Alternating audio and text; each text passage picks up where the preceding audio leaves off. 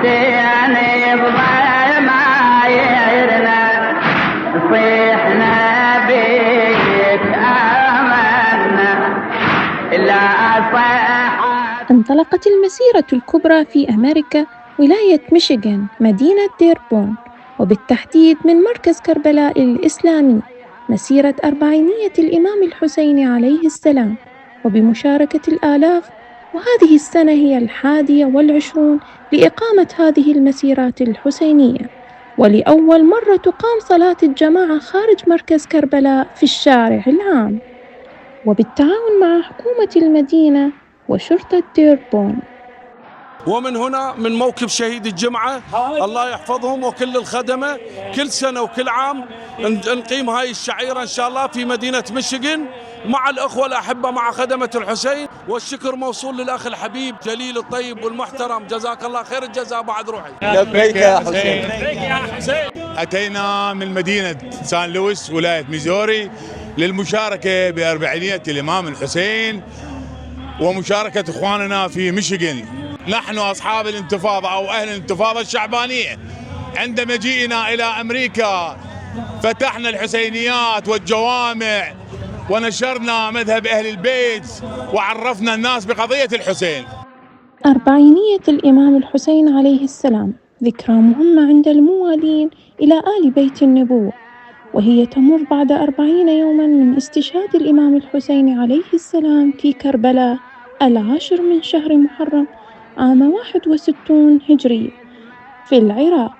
وتعد هذه الذكرى أكبر تجمع بشري سنوي بالعالم في العراق، حيث وصل عدد زائري الإمام الحسين عليه السلام في كربلاء إلى أكثر من 21 مليون لهذا العام. والله احنا يعني الأجواء هاي كل سنة كأنه كربلاء، والله يعني احنا يعني بهذا مصاب الإمام الحسين عليه السلام والله ما نقدر.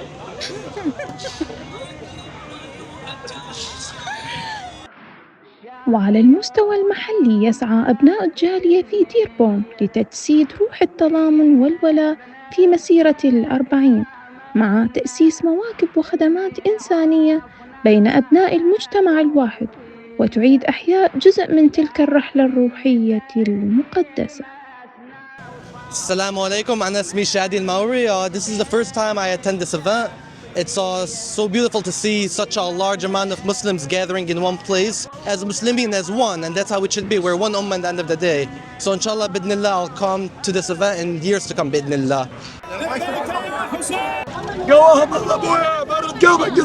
المسيرة ليست مجرد مظاهرة دينية، بل تعد مناسبة جامعة تتضمن رفع الشعارات والرايات وتقديم الطعام والشراب للمعزين تحت شعار حب الحسين عليه السلام.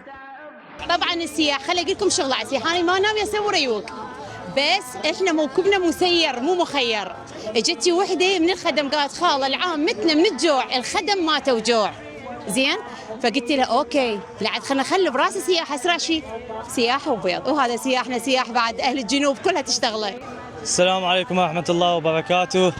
اليوم احنا بموكب باب الحوائج، تأسس 2025، وهاي الشباب الطيبة كلها وكل احنا ان شاء الله بخدمة امام الحسين. من ارض امريكا من اخر الدنيا توصل الى الامام الحسين، ونعاهد الامام الحسين نحن انصارك نحن انصارك نحن انصارك في اي بقعة في العالم. انك امامنا، علمتنا الصبر، علمتنا التضحية، نحن في الغرب لم ننساكنا نحن ولا اولادنا، ونقيم هاي المراسيم تلبية لنا لبيك يا حسين لبيك يا حسين لبيك يا حسين. This is the blessing of Imam Hussein. This walk we are doing just for the faith we are carrying. We are like the legacy Imam Hussein gave us. فكان لنا من الحب الحسيني نصيب أن نشارك إخواننا الحسينيين في هذا الطريق، فاتصلنا بالأخوة المشرفين والمنسقين والمنظمين على هذه التظاهرة الرائعة العملاقة، وأجادوا علينا بما أجاد الله عليهم بهذه الفسحة أن نكون أحد خدمة الحسين في هذا المكان الشريف.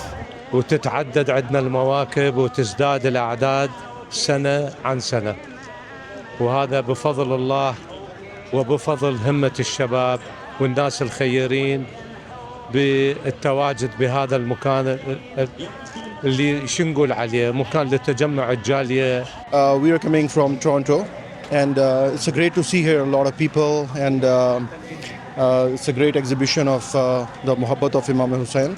ولله الحمد كانت لها مشاركات من كثير من الأخوة الكلدان، الأخوة الصابئة، الأخوة المندائيين، وكذلك شاركونا بعض من الأخوة العرب من اليمنيين والأخوة اللبنانيين وكذلك الأخوة الخليجيين